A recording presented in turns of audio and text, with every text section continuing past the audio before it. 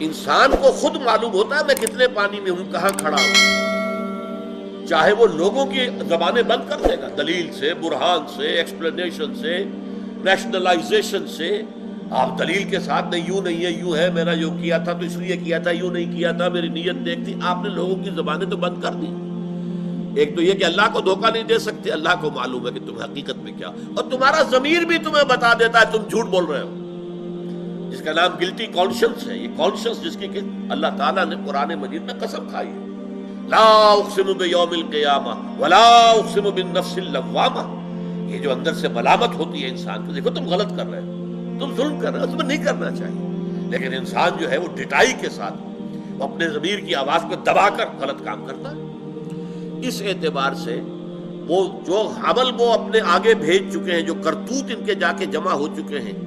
جو اللہ تعالیٰ کی الکتاب ووضع الکتاب جیسے سورہ کہف میں کہا گیا، جب وہ اعمال نامہ کوئی جوائنٹ قسم کا کوئی کمپیوٹر ہوگا جس میں ہر انسان کے لیے وہ ایک بس بٹن دبانے کی دیر ہوگی کہ اس کی پکچر سامنے آ جائے گی، پوری زندگی کی تصویر دیکھ لو بھائی، خود دیکھ لو،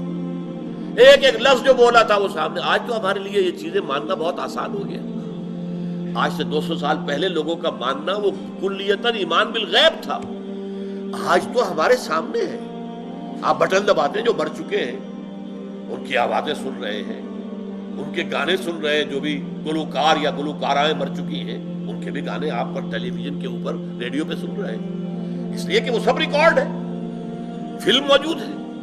تو ہر انسان کی زندگی کی مکمل فلم، اور جو لفظ بھی ما یلفظ من قول الا لدیہ رقیب عتید، جو لفظ بھی زبان سے نکلا ہے وہ محفوظ ہے، ریکارڈڈ ہے،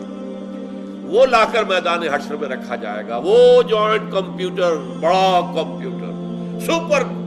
اور سپر سے بھی سپر کمپیوٹر، آج کل تو بحث دنیا میں سپر کمپیوٹر کی ہے،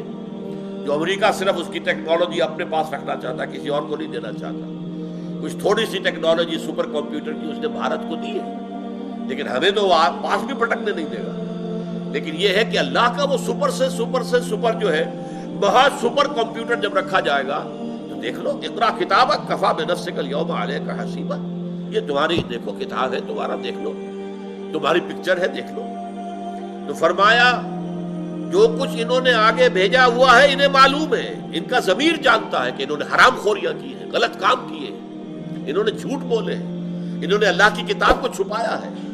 انہوں نے فتوے دے کر پیسے حاصل کیے،